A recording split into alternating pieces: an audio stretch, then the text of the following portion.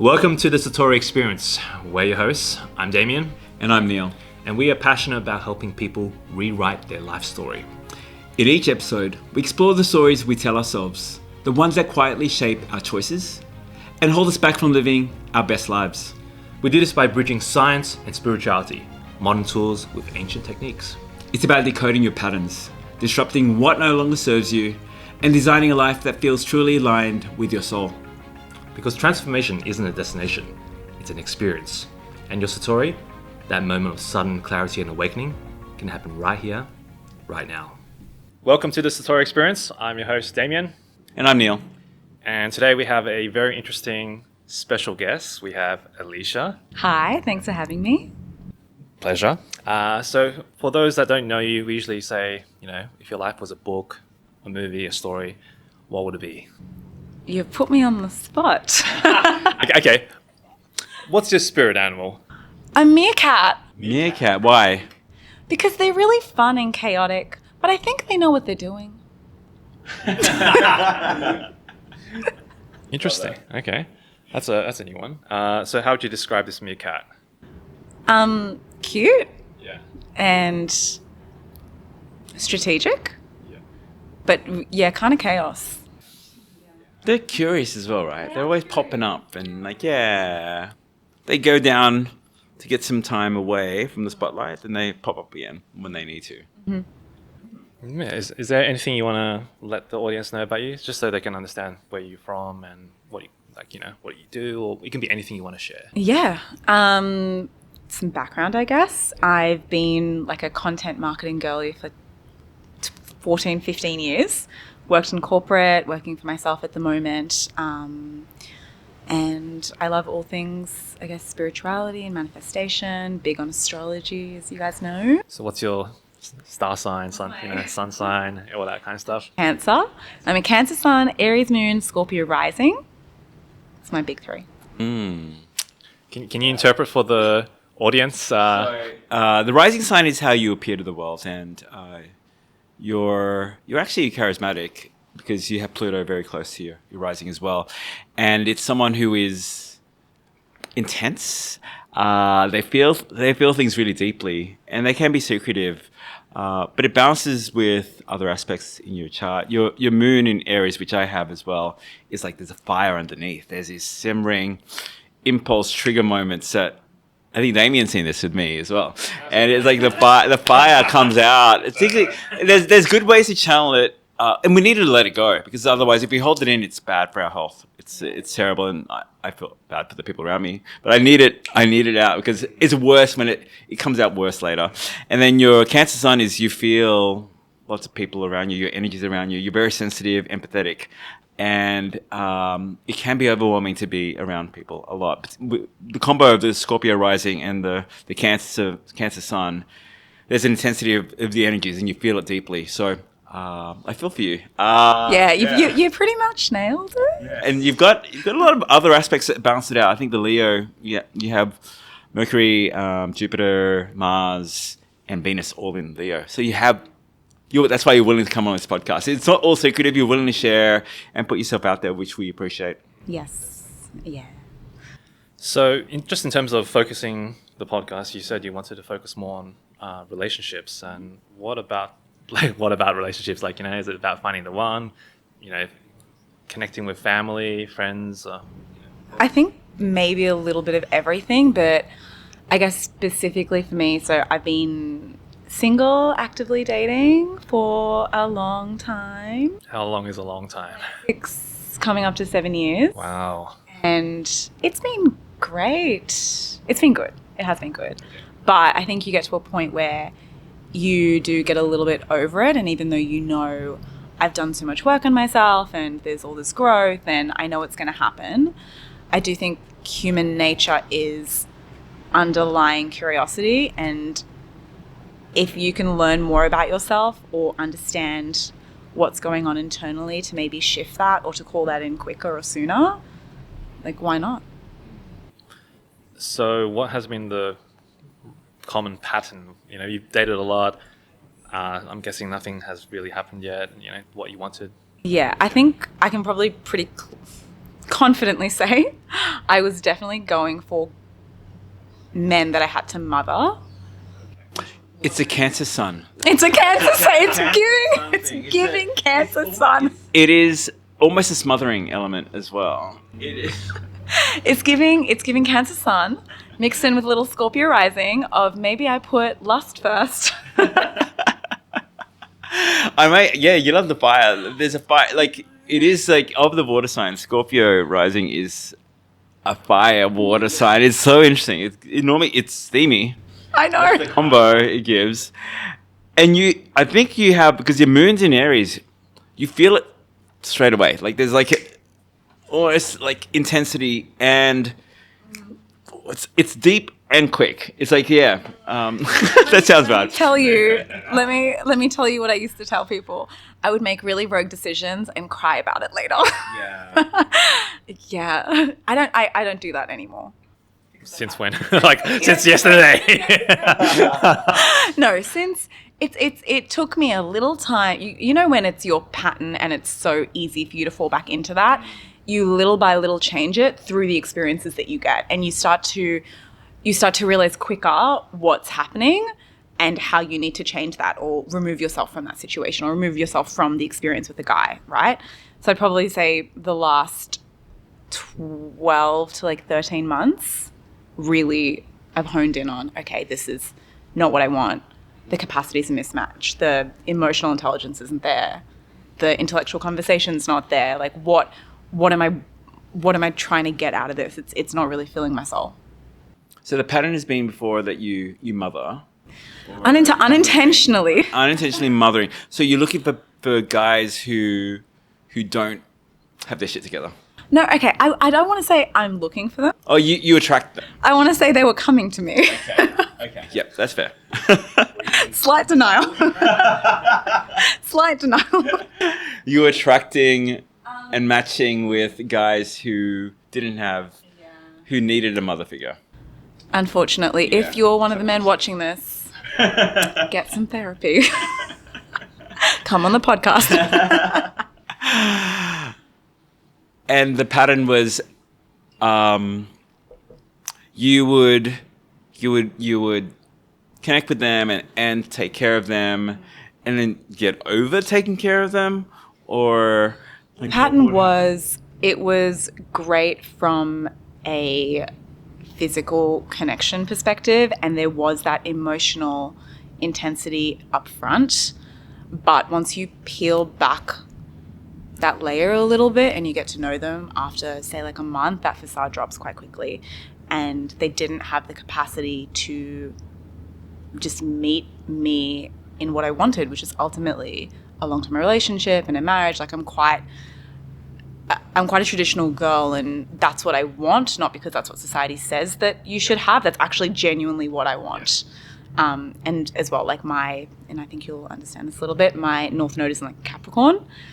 North Node is what your soul was born, or was calling you to do this lifetime. Your South Node is what you did in your past life. It's something that you learnt, and now your mission here it's to have stability. It is to build foundations. It's a maturity, and it can feel like Capricorn. I'm a Capricorn rising, and it's responsibility. It's some people think it's boring, but no, but Capricorns are not boring. They're only boring because they don't let you in, because they have shit to do.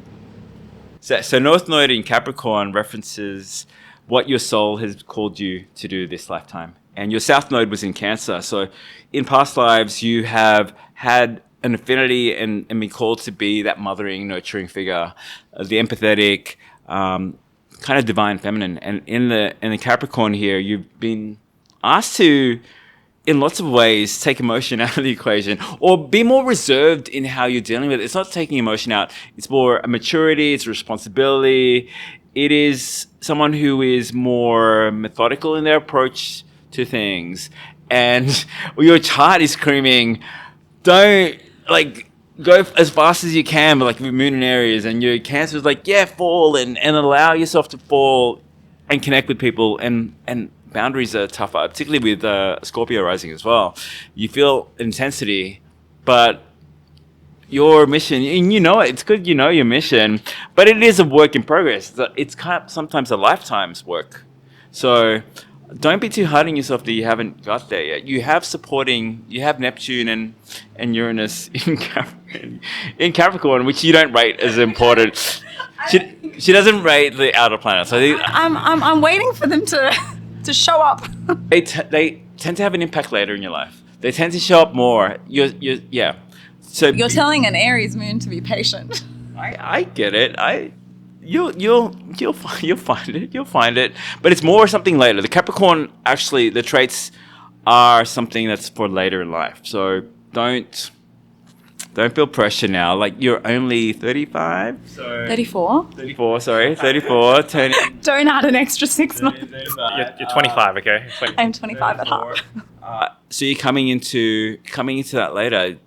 Like, Capricorn energy is more like 40 plus. I felt it more as I got older. Perfect. That doesn't serve you. The mothering It didn't serve me. But you've got a good relationship with your mum.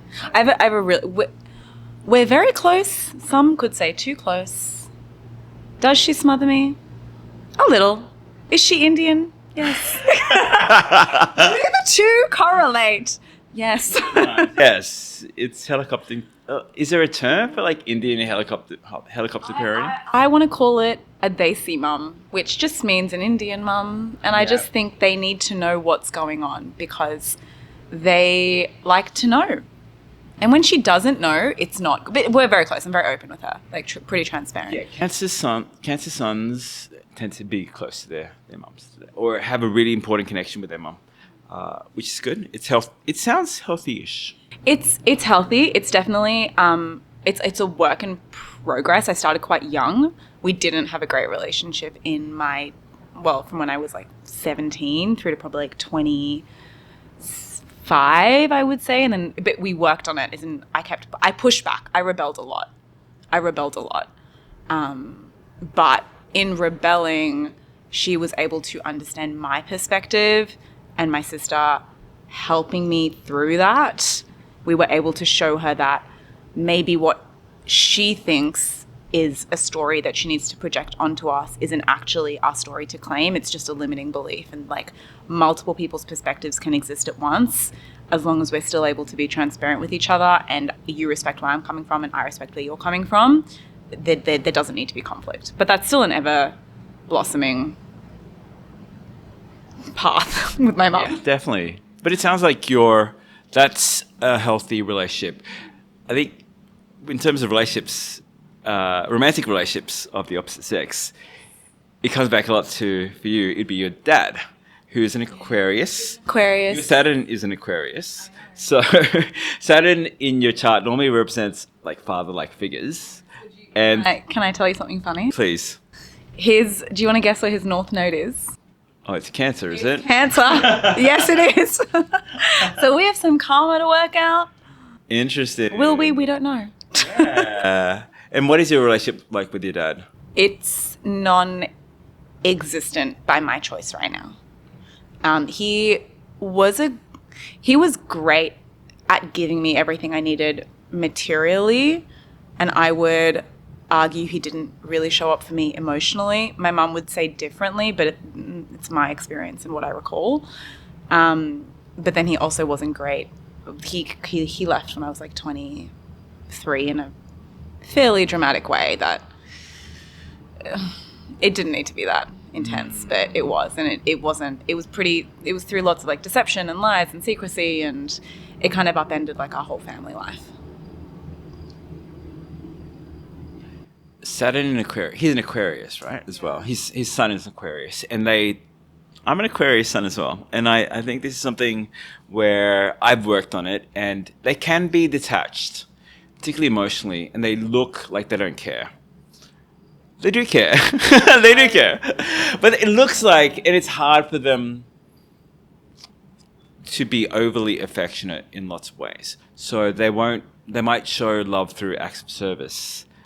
Is a common Aquarian trait. They'll do it, and sometimes they show love in a group way as opposed to individual focus of love. So as a provider for the whole family, as opposed to being very targeted in terms of their love. And sometimes I've had this where someone who's too emotionally dependent or is showing too much emotion and dependence on you, you tend to push them away. And the more it creates avoidant, anxious kind of attachment styles. Do you have an attachment style that you think you... I think so it's really interesting with my dad because he's got a lot of Aquarius, a lot of Capricorn, and a Leo moon. Oh, interesting. Yes. Yeah. But like Aquarius Venus, Capricorn Mars, Aquarius Mercury, it's like a lot. But We'll explain for the do you want to explain for the audience?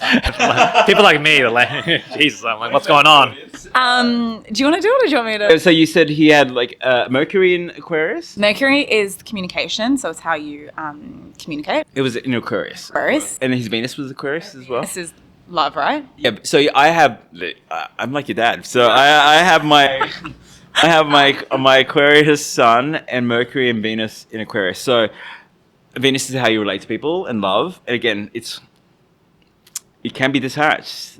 And Mercury's, they can be communicated in a very scientific, sometimes people consider cold way, like in terms of this is what it is. I think I've hopefully learnt to moderate that. And what did you have in Capricorn? Capricorn rising, Capricorn Mars. My Capricorn's rising. I'm your dad. I'm basically your dad here. And he's got a fire moon, which is he's got a Leo moon, and I have an Aries moon. So I'm here as your dad here. So what about a Leo moon they need a lot. I found a validation. My experience with a Leo moon. Yeah, that's true. I can see that. Yeah. So, but it's so disconnected from everything else. And it's opposite his other, because an opposition is a hard aspect in your chart. It's when they sit in opposite sides of the zodiac. So Aquarius and Leo are opposite sides. They're 6 months apart and they're opposite sides of the chart. So it's a challenging aspect. So he has this contrast of like this fire underneath and feeling passionately about things. At the same time, he's got this disconnected, not in touch with his emotion side with Venus, Mercury, and his sun all in Aquarius.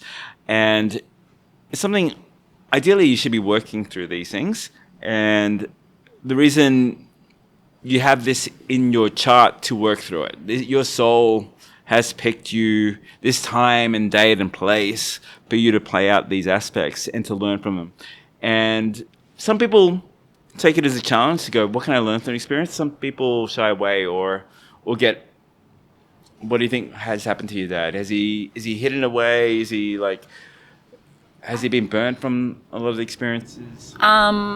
Look, I still think my dad will come out swinging and win. I don't know how, but I feel like he will. He's high avoidance, and I think there's a lot of delusion around maybe how he handled the situation, and he doesn't want to claim responsibility for anything that happened.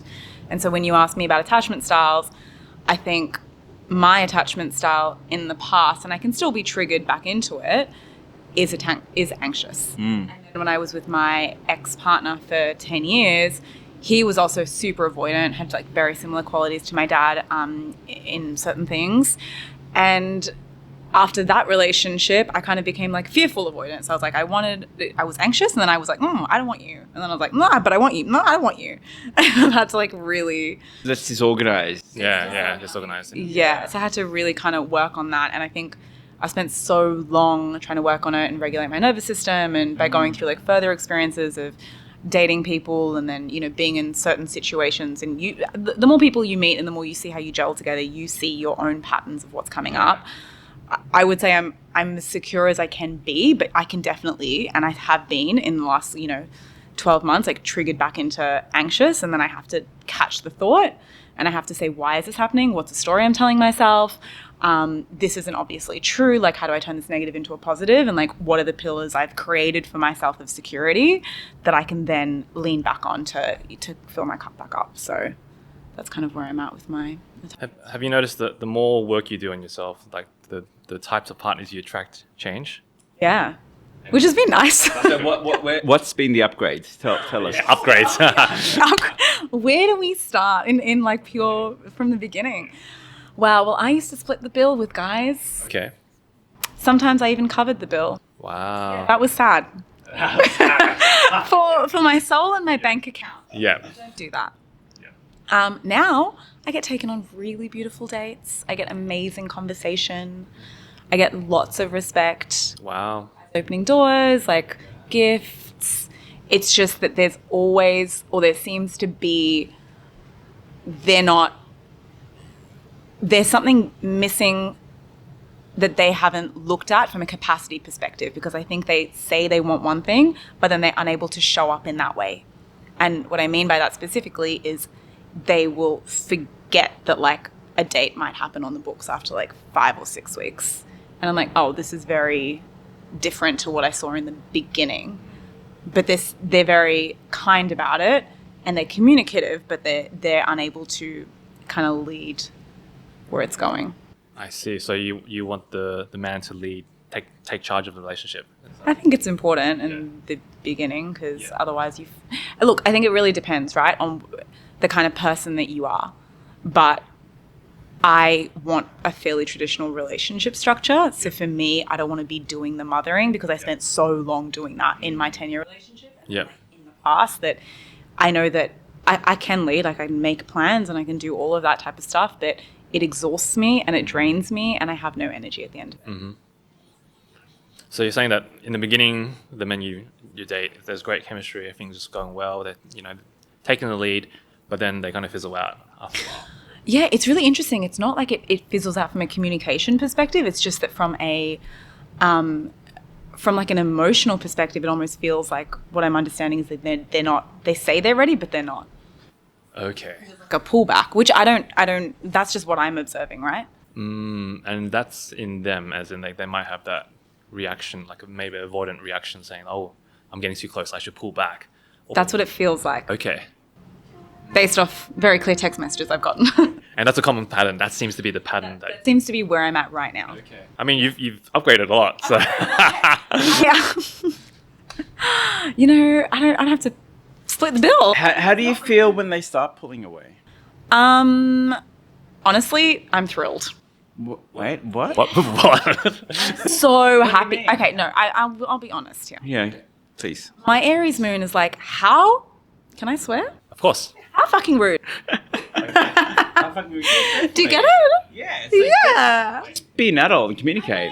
No, literally, my this is how I go. I'm like, how fucking rude. How dare you for wasting my time? What is wrong with you? Go to therapy. Then I'm like, calm down. Take a breath. Then I take a breath and I'm like, thank you, God, for showing me this early. I don't want to be in a 10-year relationship like this. I don't want to be doing this. I set you free. Something better will come. I want to challenge that a little bit. I guess we're moving more towards the disrupt phase, is that if this is a pattern, then there's a common denominator, right? I know, it's me. I don't want to blame you. I just want to feel like kind of go into what's actually causing that reaction from them. Like, do you get, for instance, maybe you get too obsessed and then they go, oh, she's too crazy, like obsessed or something like that. Or I don't know what it is. I'm saying there's a pattern from you as well as if it's coming from them. 100%. I am really big on mirroring someone else's actions. So, for example, I'm actually not a really big texter or a caller. My phone's permanently on Do Not Disturb. When you work for yourself, there's so much stuff to get done and you kind of dictate like your own income levels. I will just mirror their behavior exactly back to them. So if they're texting me and they will double or triple text, then I will respond in like the same kind of time frame. If they call me, I'll call them back. If they FaceTime me, do you know what I mean? Like I don't necessarily like move it or anything. I just pretty much, whatever you give me is what you get back. So what do you give them that causes them to pull away? I think the thing is, and I'm definitely, as you mentioned, quite a nurturing person. And I think what I've noticed is that they read the nurturing as me falling harder. Okay. But that's just kind of the core of who I am. It's like I don't mind cooking, or I don't mind, you know, like bringing you into like nice fun experiences. It's just like I like to bring people together. And I think that, and even like the thoughtful things of, you might have mentioned something and I'm like, oh, I kind of have this at home, or I saw this and I pick it up for you. I think they think that that's the only thing I can think of. That seems pretty good. That's a good deal. You can tell, but I mean, I think maybe when it's earlier on, they might be like, oh, this is moving too fast, or this is. I mean, like I don't know. We can call one of them up, and I can be like, what? Maybe next time. Or when does it happen? Like, does it happen after maybe, I don't know, 10 dates, 2 weeks? Kind of like the 5 to 6 week mark. 5 to that? Okay. 5 to 8 week. And that seems to be the kind of pattern. That's where I'm at right now, which is very interesting. And I'm like, oh, okay. And you just leave it? Oh no, I tell them. Like when that happens, when they pull away and you just leave it, or do you go, hey, what's going on? Can you talk? No. When I know, and I can sense the energy shift, I think almost every woman can. I sense it. I'm like, okay, this is changing. It's not on me to bring up because you're still acting fairly normal, but there's like a slight shift. Okay. I still know there's a bit of a shift. So I kind of don't bring it up. They always do. They'll always say something. It might be like 24 hours, might be a couple of days. They'll always bring it up. That's what I found. Once they do, I'm like, hey, you knew what I was looking for from the beginning. This is where I'm at. I want like consistency because I want to date intentionally, because eventually I want something that's like a long-term partnership. And a lot of the time, the kind of messaging I get back is, hey, I don't think we should stop talking completely. I just need to like slow everything down, but we can still talk. And when I get a message like that, I'm like, you know, I don't have the time to be someone's pen pal. Yeah. Keep talking to you without any intention of you wanting to see me in real life. Do you know what your love languages are? As in what I give out or what I need? Both. This is a really... Put you on a spot again. No, I just feel like what I'm about to say is the most Leo thing I could ever say in my entire life. I want everything. You want everything. I want every love language. No, I definitely give out acts of service and gifts and quality time. I think I'm not really great at words of affirmation. I've had to train myself to be much better at it. Yeah. I think I need, I don't know, I want them all. Can I have physical touch? Where does physical touch fall? Yeah, physical touch is high too. I don't know. I need all, I give all. But I'm not great with words of affirmation. I will. Yeah. But I need it. I need words of affirmation. I can see it on your face. How? What do you... You got the affirmation line. There's a low line there. This is called the words of affirmation line, or it's usually when you don't get enough words of affirmation because you give so much to people and they never show. Sorry. I'm learning. Get closer. Physiognomy. And because the face shows things like when you're sad, these lines come up when you go like that. So same thing. This line is what comes up when you're not getting enough words of affirmation. Also, you have the thick upper eyelids. That's someone that values a lot more. Very affectionate relationships. So touch is really important. I can't really tell the lines that you're looking at. Okay, under here, you have... It's a little bit. It's not too bad. It's not. Some people have a really strong. Every day 9 a.m. text him. Yeah. So the reason I ask that is like if you're not getting what you need in a relationship, then we tend to self-sabotage, or we do things that it's like, hey, wake up, or like that might scare people off in a way. I'm not saying you're scaring them, but I'm saying there's something you're doing in a relationship that might push them away, and they say, oh, they're rethinking the relationship. So I'm not. That's why I was trying to find what your needs are first. I mean, you're not wrong. Like I'm a pretty affectionate person. Once I'm in a relationship, you know how there are some people that will withhold their emotion or their touch. I'm not like that. I've been told a lot by everyone. I'm quite easy to read. Mm-hmm. So I'm pretty expressive as a person. Yeah. So you can pretty much tell if I'm in it or out with anything. I don't know. I'd like to challenge that as well. I think that is true to a degree, but part of you is also scared of being fully vulnerable. It is a Scorpio. Scorpio risings don't always show everything. Like this is part of it. Like they may appear that way, but There's so much more underneath the surface. You have there's such an intensity. I think that you're scared of scaring people off with the intensity. Correct. I know that. So I like to, that's why do you think I mirror the people? Why do you think I mirror them? I'm going to challenge something like. Let's go. So I wanted to challenge that, like mirroring. So mirroring, is that something you normally do with everyone, or just in relationships?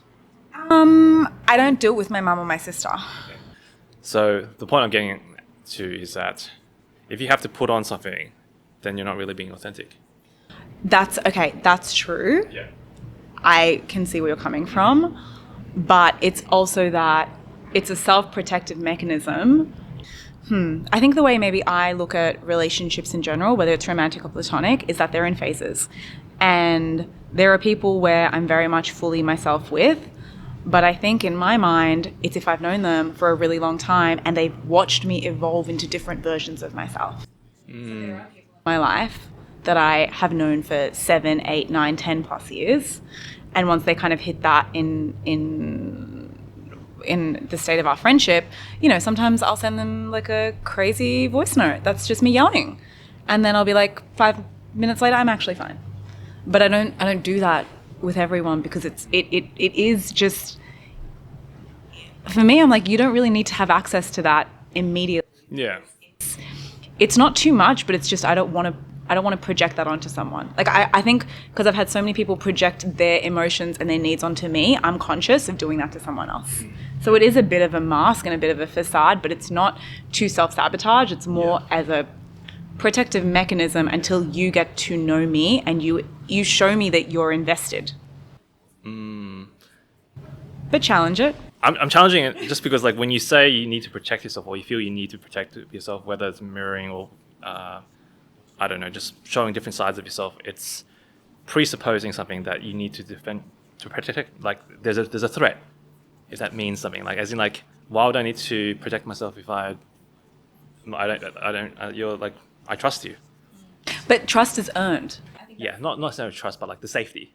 Yeah. There's some sort of, it's sub-communicating that I need, that you're a threat. Like, even it's very subconscious. It's just saying that, I'm gonna, maybe, I'm not sort of sure the exact story. It might be like, you know, okay, this is the part in the relationship where it gets real, and I should start tread more carefully. And it's like, oh, why is she being very, like, why she's like, you know, just treading very carefully in a relationship? It's like, have I triggered her or something like that? Or like, do I need to have done something wrong or whatever? It's like, it's on their part.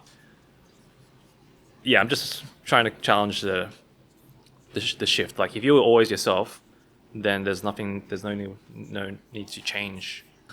Well, I think this is where it gets tricky, right? Because I'm pretty much what you see is what you get to an extent. Yep. I don't think anyone can be fully 100% authentically themselves all the time with every single person. It's just not humanly possible, right? And a lot of what, say, if we're going to take this from like a dating perspective, a lot of what guys see is what I am. Like, like, for example, if I'm using an app, like, I love a voice note. I love astrology. I'm pretty passionate about certain things, and you will know all of that within the, you know, first like 5 to 10 minutes of speaking with me. But where I'm like, oh, you don't need where I kind of pull back is I can get really flustered and react quickly to certain things, and often it's annoyance and frustration. Aries moon is what I like to think. And I'm like, I can be like, you know, earlier when I was like, can I swear? And I'll be like, what the fuck? Like, I don't show that to everyone. Yeah. So I'm like, I can kind of work through that myself.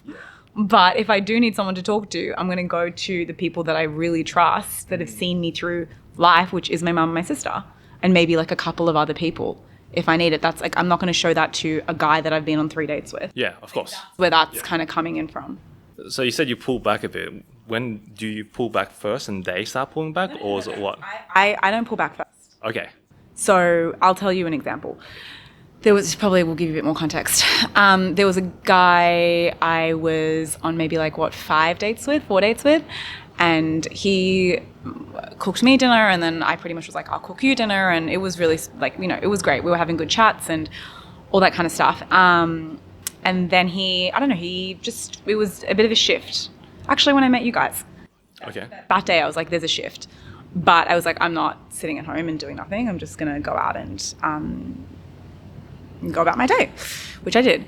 And the next day I got this message being like, hey, I do really want to see you. So basically the shift being, instead of messaging me every hour, it was like maybe once a day. And the language was very much like, hey, been really busy, lunch, gym, this, that, what's the haps, miss ya? And I'm like, whoa, you're texting a bit like a child now, but okay. And I'll be like, oh, if you miss me, there's a really easy fix to that. Yeah. Which I'm like, well, there just is. And I just didn't really want to engage in the rest of that conversation because you're not telling anything. You're just giving me a laundry list of what you're doing with your day, which isn't what I need, really. And so from that, he was like, oh, yes, you told me you were free all these dates. What's still true? And I'm like, yep, I'm free all these dates. And he'd picked like the furthest date away from, so say I gave him like the 6th, 7th, 10th, 12th, he picked like the 12th. Okay. And I was like, oh, so in my mind, I'm like, it's going to be like 3 weeks since we've seen each other. I'm like, oh, that's definitely like a decrease. And then I was like, okay, yeah, we can do the 12th. And he was like, oh, but I might be dog sitting. And I was like, okay, cool, just confirming. Am I dog sitting with you? Like, I don't want to be like an unpaid worker here in my head, I'm thinking. I'm not telling him that. And he's like, oh, I have to check in because the dog is apparently really needy, so I'll have to let you know on the day. And I'm like, how did we go from like you planning to you not wanting to, like, now I'm dog sitting? Like, I'm very confused. And I'm like, you know what? I need a bit of time to process this. And in taking a couple of hours, he came back to me being like, I really do want to see you, but I'm worried that you're catching feels and I'm not quite there yet and I just don't know. And then that's when I was like, hey, like, I need consistency. I need someone to like show up for me. And if you can't do that, let's just like leave this here because that's not really what I'm looking for. And you knew that from the get-go because I have these conversations pretty early on. And that's when the follow-up message was like, oh, but no, I still want to talk and I still want to do this and that. And I'm like, it's not. It's very, do you know what I mean? Yeah, no, I get it. Tell you what happened, but I'm not pulling back first. Okay, sure. That's fine. I'm not trying to blame you. I'm trying to figure out what's the catalyst, what's the moment in time where the pattern occurs where like you get into a relationship, everything's great, you're going planning dates, and then all of a sudden he pulls back. Yeah. It's like, if that's a pattern, then it's something that you must be contributing to, if that makes sense. I mean, challenge me. Well, that's what we're trying to figure out. I have a theory. Go. Correct me if I'm wrong, but I have a feeling that part of it is with dating, you have to polarize the people you're dating. So part of it is showing you're crazy. And like it's not that you're crazy, it's like your version of crazy. And I think if you know that earlier, if people can see your idiosyncrasies or the things that make you you and you special earlier, you can know earlier. And I think you could know on your first date whether someone's, instead of wasting 4 or 5 dates to be with someone, if you can show, it's not crazy, maybe that's not the right word. It's not that you're being inauthentic as well. It's more, you're not being your full self. It's the astrology stuff, yeah, that's important. But also... But how yourself can you be on a, like, do you know what I mean? Like, do you go into your whole life trauma on a first date? It's not that. I'm not, that's oversharing, and that's something definitely I wouldn't advocate for. But it's showing that you have fire. Like, they know I have fire. They know.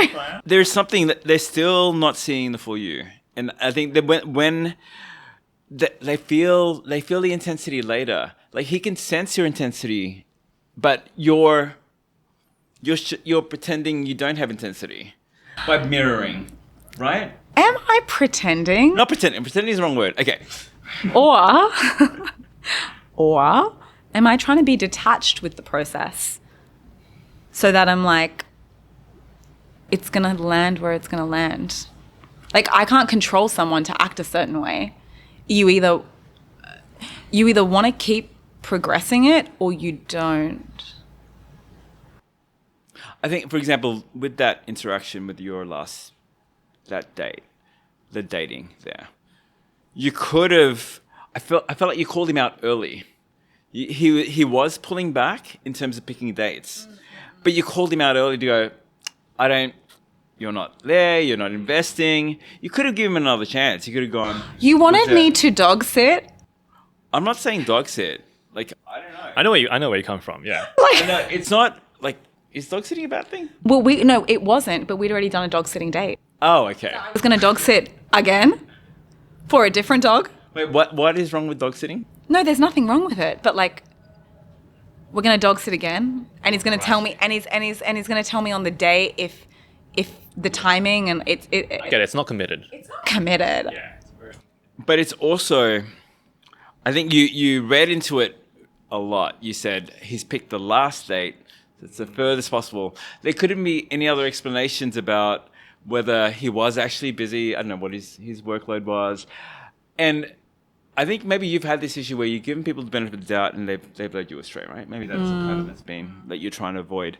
But also, I think it sounds like you're preemptively cutting them off to go, I see you're not investing energy, and I don't want to match a lower level energy. You want to keep building. Yes. Yeah. It's the energy that you want it to keep going up.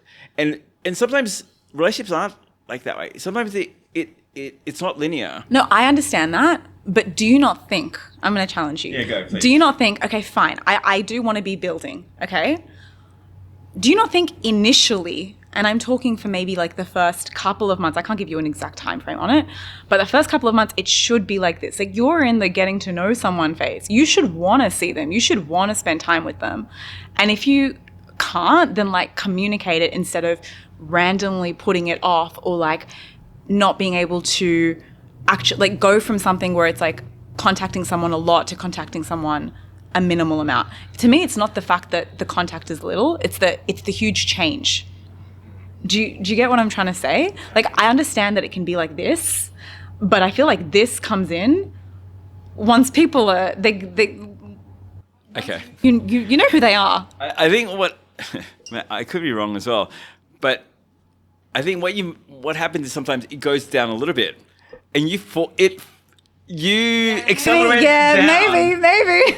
It doesn't have to go all the way down, but you see a little bit of a decrease, and that it can be it can feel challenging to go, oh, if someone's leaving, or like this, I want it to move forward. I want reassurance that we're moving in the same direction, and then sometimes it will go down a lot, but sometimes you will accelerate the downward movement. There is like a stage where they're prioritizing other parts of their life, and it's natural. People have different priorities in different stages. Some people definitely will accelerate, and that's where you cut off. Sometimes you might preemptively go, it's a little bit of a dip, and then you go, okay, he's not investing. I will also. But where do you draw the line with being understanding versus it being self-abandoning? Because to me, what you're saying, yeah, I can see it. It does it does resonate and it makes sense. But I'm also looking at it from all of my own history and experience, where I'm like, I know that by accepting this level, it feels like I'm just doing it to keep the peace because there's nothing better out there. Or I'm just like, oh, he has to pick me, or we have to go on this like dog sitting, like, for example, if that's it. Do you know what I mean? Like, I had another guy recently where he was sick on the day that we were supposed to go on a date, and he was sick, and I was like, that's fine, all good. And then he cancelled on the date that I'd planned because he forgot that he was going to Brisbane for work, and I was like, very odd, because we did confirm like a bunch of times. And then he was like, I'll make it up to you. And I was like, all good. You probably should have told me about Brisbane, but that's like fine. And then come the day that he was supposed to make it up to me, he forgot. And so it becomes like one of those where I'm like, when do you when do you call it? It's like, it's that scale of like, well, I'm just simply not bothered sometimes. Yeah, I agree with you. I think there's stages where you want to have really good boundaries, and you want to have a certain level that people should be meeting. And then the other aspect is giving people the benefit of the doubt. And it sounds like you are giving people the benefit of the doubt a lot of times. But I also hear judgment with it. It's like with the Brisbane one, it's like, I do, yeah. He should. You know what? I own that. He should have known. But will I tell him that? No, I'll tell you. He'll watch the podcast. But I'm understanding. I'm like, it's okay. these things happen, but internally, you should have known. See, that's the energy that's coming through, though. You're almost 40, you should have known. And it's not necessarily a bad thing, but the energy is there. And even though you don't say it, people can sense it. That's not my problem. That's on them. And I think that's why I feel like sometimes your energy, it shines anyway. It's quite strong. And you keeping it a little bit under wraps is not helpful for you anyway, because they sense it, and it comes through eventually. Maybe you will, it's not masking it, it's more I'm just subduing it a tiny bit. Yeah. Like, it's the classic Libra justice card. You know what? I'm trying to be a bit more fair in the way that I approach things. It's not your natural go-to though. So it's really not. It's not. You do hate injustice. That's a classic thing. Scorpios hate that as well. And Libra, they have that in common. But the way they deal with it is differently. Librans tend to just go to the surface, like everything's fine. Yeah. Whereas Scorpios dig deep and they want to uncover all the things that are underlying. And I think the thing is, I think you also need someone with intensity. And because you aren't showing the level of intensity that you do have, you're not attracting the right person as well. You're attracting people who you want fire, you want intensity with the other person, and I think you're partly bored with the other person anyway. Kind of am. You are. So you want someone. I would see a Scorpio for you. The way I'm like, I know I need a little bit of a Scorpio energy. Scorpio energy could be good for you. I tell you, I would die for a Scorpio Mars, Scorpio Venus combo.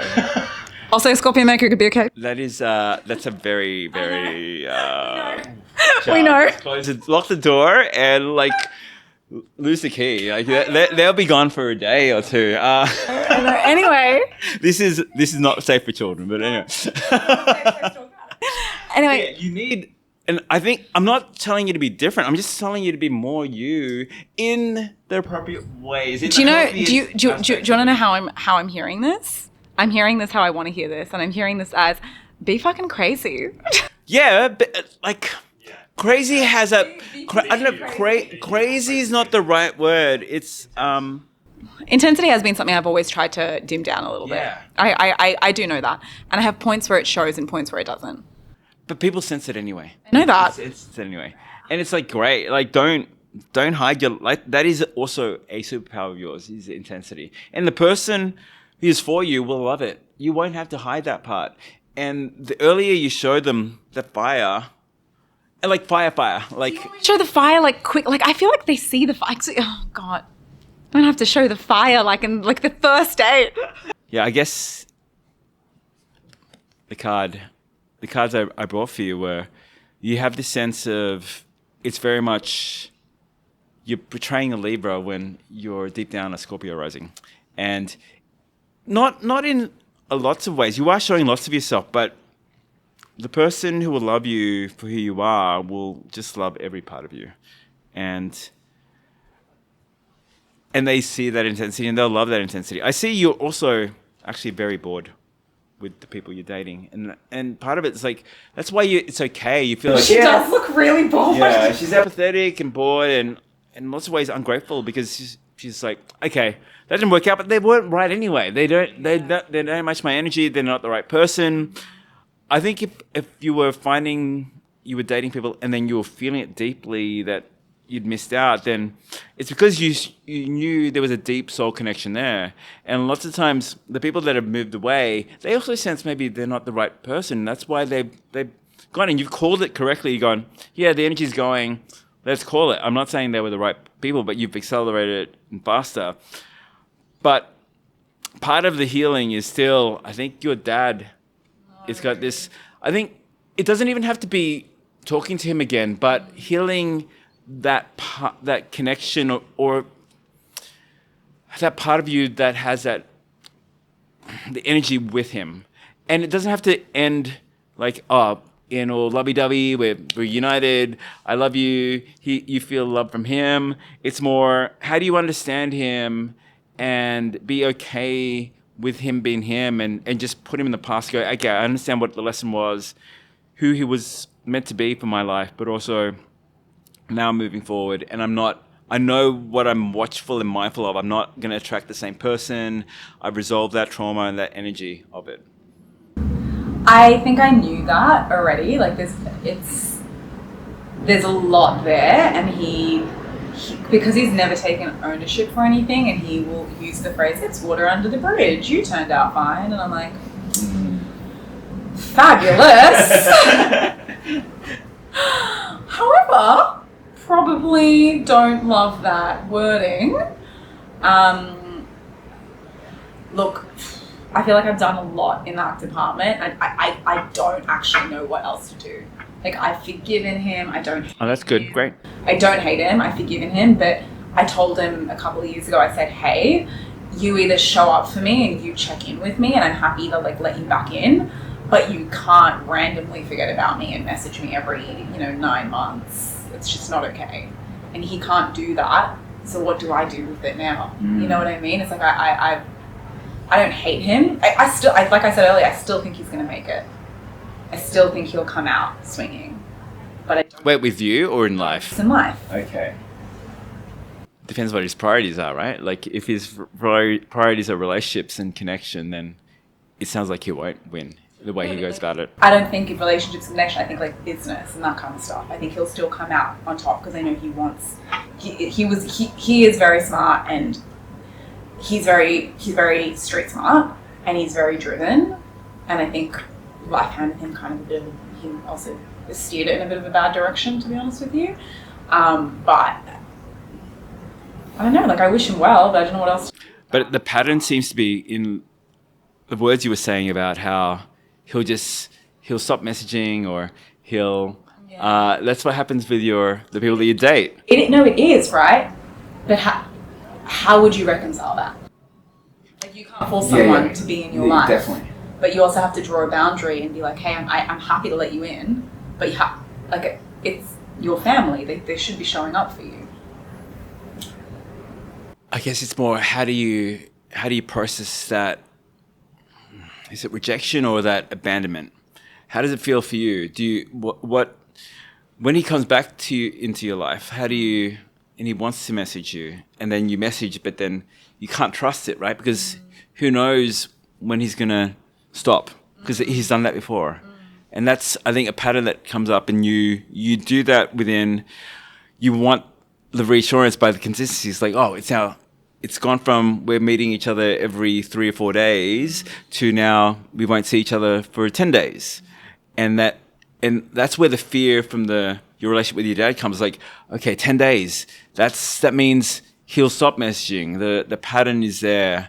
And sometimes it will end up following that pattern.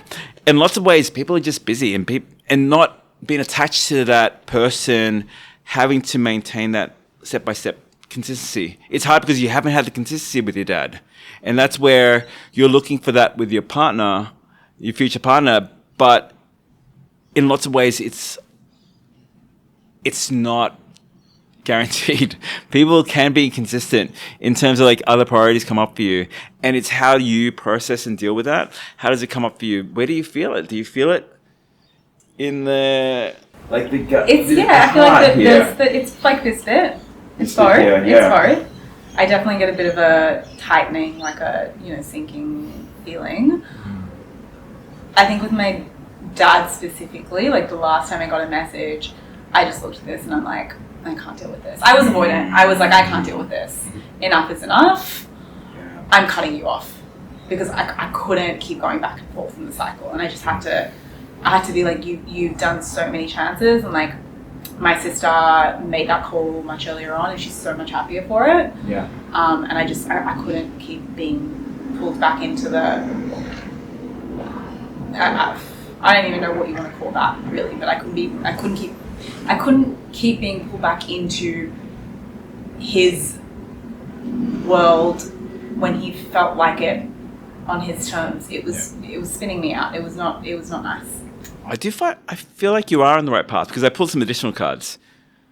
This is Ten of Swords, and it's the sunset. It's at the end of your mind and thoughts kind of stressing you, anxiety inducing, and you're coming towards the end of that, and I feel like you've done a lot of work, and I sense it. You're in this state of pause, though. It's like a surrender moment. It is letting go. It is looking at things from a different perspective. Next time someone does start to energetically pull away,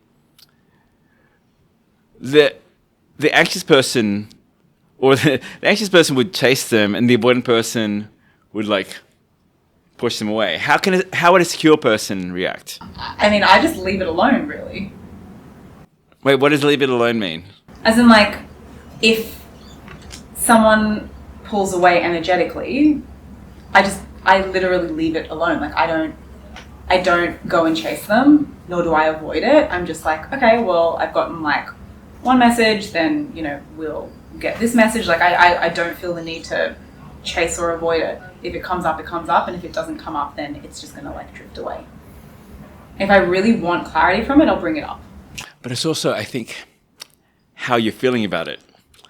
Deep down, really analyze, are you feeling abandoned? Are you feeling a sense of someone pulling away? Because I think you are processing it rationally. It's like, yes, I sense them moving away. I need to act, stay in my center. But also, I don't know if you are staying in the center. Are you energetically feeling balanced and calm and I think I have a moment where I'll feel anxious for sure. Like, I definitely fall back into that. But I'm working on, and I think I'm getting much better at it, snapping myself out of it quicker. So I know some people can get anxious for like weeks or months or constantly ruminate on it. For me, it seems to be like a couple of hours to like a day or two, and then I'm just like, what are you gonna do? Like, this is how I talk to them. I'm like, what are you gonna do? You're gonna sit here and cry over spilt milk? No! Get up. Go do something. So what do you do? I usually Pilates gym. I love going to markets where I met you guys. Amazing. I go to lots of different markets, read, journal, meditate, sound bath. Like, I do all of that. Dance. I got dancing a lot. Beautiful. I love to. I think you're on the right path, because the ultimate goal is you getting 9 of Cups. But I love the 9 of Cups. This is you. Your wish comes true. And I think you're there. You're almost there. I think you are reacting. You're still reacting a little bit at the time, which is fair. Yeah. It's hard to break that pattern. But you're responding and coming back quicker to the version of yourself that you want to be. Damon, do you have any... I do.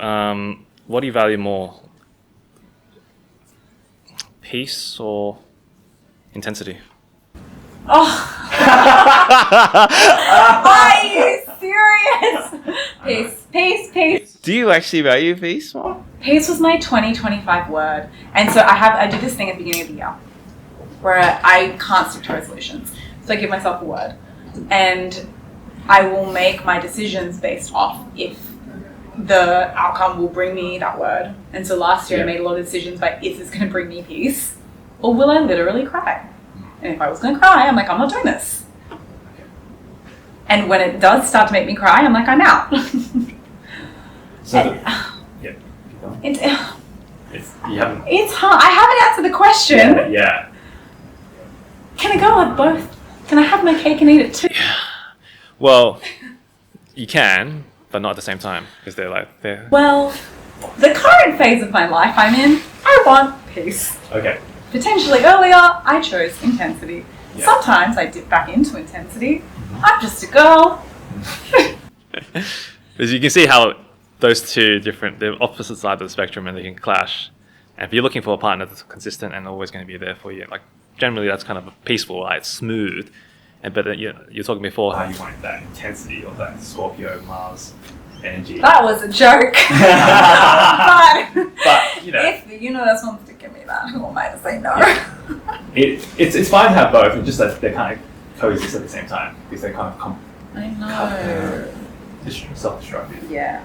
So that was a great question. I love intensity. I love people who are passionate about things. And some people think I'm crazy for believing in astrology and tarot. And it's okay. Like, I want to show off my crazy. So I attract people in my life who should be in my life. And the people who aren't don't know this other lesser version of myself that I try to put on because that's that's a safe one, because I don't want to be rejected as like rejection is a key part, right? You don't want to be rejected as well for being who you are, and that can feel. Oh, I can feel it here. It's like, oh, rejection is such a big component, and in lots of ways, it feels like your dad has rejected you. Yeah, I would say that's pretty fair. Yeah, because you have an intensity that he doesn't show. He has you have a fire that he doesn't show. Yeah, that's true. And it's hard when you show who you are, and then people, particularly the people that should love you, don't love you for who you are. Oh. But it's okay. He's got stuff. He's got stuff to work on. He's got stuff to work. Yeah. And maybe he'll never even get to it. I don't think. I'm going to be honest with you. He's not going to work out his karma. Yeah. It's not. He might. He'll be reborn. There might be a come to Jesus moment at some stage. I think never say never. There's always. Do you think so? Yeah. There's always a chance for people, even on their deathbed, they can do it. But I'm not saying don't wait. Don't wait for them to change. Yeah. Don't expect them to change either. But I also have. I have this optimistic streak in me, in that I always think people can be better, and I want to give them, if they're showing signs that they can be better, to give them opportunity to see show me a different part of themselves. And I think that's where I think it's good that you've drawn boundaries with your dad, but I think at some future when you can feel secure in yourself and you don't feel so attached to him coming and going, to reopen that door. It's not now. I'll tell you this much. He will be invited to my wedding. Oh. Yeah. Okay. It's not like he won't. He will. Was he invited to my sister's wedding? He was not. Oh, okay. Yep. But yeah, I'll extend the invite. Like I'm not. Like I've. But it would just be him. I don't know if he's with anyone. It would just be him. And I think that's fair to say. Can I ask you something individually? Can I put you guys on the spot? Sure. Okay. You first. Okay. If there is a phrase or a word or something I should focus on for the next year, 6 months to a year, what do you think? Authenticity. Oh. It's not that you're inauthentic. I've made a living off being authentic.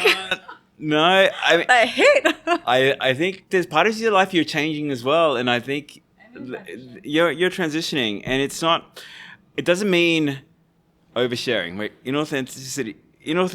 being authentic doesn't mean I'm gonna bring out all my shadow and out for display. It's like, how do you display the healthy versions of the traits that you have, and how do you communicate that to the people who you're getting? It sounds like you've got a really authentic relationship with your mum and your sister, right? Mm-hmm. You're unapologetically you, and that's why you have this strong connection. And I think if you could show that with not the full version straight away, like 90-95%, like basically there with the new people. I think you are with us. I feel like you're really open with us. Yeah. I'm vibing and connecting with you because you're not hiding anything. I feel like I'm like this with most people. That's why it's. I can sit with this though. Okay, I can sit with it. This can be my journal prompts. We can come back in 3 to 6 business months. Okay, great. Yeah, when you feel unsafe, when you go back to the old pattern of, okay, now I'm going to mirror them. I'm going to match their energy. Yeah. And it's like, instead of going, okay, I want to call you out on your bullshit. You've said you were going to do this and you haven't. Can you be upfront with me? I'm okay if you're seeing it's not going anywhere. Yeah. You want to have that frank discussion. Yeah, I just okay. Do you have it? That's what you did at the beginning, right, of the relationship. Yeah, I'll always be really upfront. Yeah, okay, wow, wow, okay. I love that you guys turned this back on me. I wouldn't tell you this unless you could do it. I know you can. You've got this. All right. So what's your question? No, what's your word for me for this year? My focus. Shifting gears. I think that's okay. That's being able to adapt to the situation, like different parts of you, rather than letting the intense part of you just take over and drive. So I have to authentically adapt. Essentially. Oh, love it. I know it's kind of like contradictory in a way. That's deep, guys. I have to sit with this. Yeah, but I'd like to acknowledge you for being so open and vulnerable, and being so intense in a good way. It's like, I think it's, yeah, you definitely have that, and it's a good, I think it's a good energy to have. You know, you're very, Oh, thank you. It's also a very attractive quality, so don't shy away from it. Well, thanks for holding the space and for making it safe. Yeah, I think that's definitely. important. yeah. But if you have any other questions like afterwards, feel free to message us. But yeah, thank you so much for watching, guys. If you have any questions, thoughts, feedback, as usual, leave in the comments below. And we'll see you guys in the next one. Peace. That's all the time we have for today. Thank you for joining us for the Satori Experience. We hope it sparks some insight, inspiration on your journey. And if you want more of the Satori Experience, make sure you like and subscribe so we can give you the best experience possible in the next one. And if you know someone that can benefit from this, please share this episode. It's great karma. We'll see you in the next one.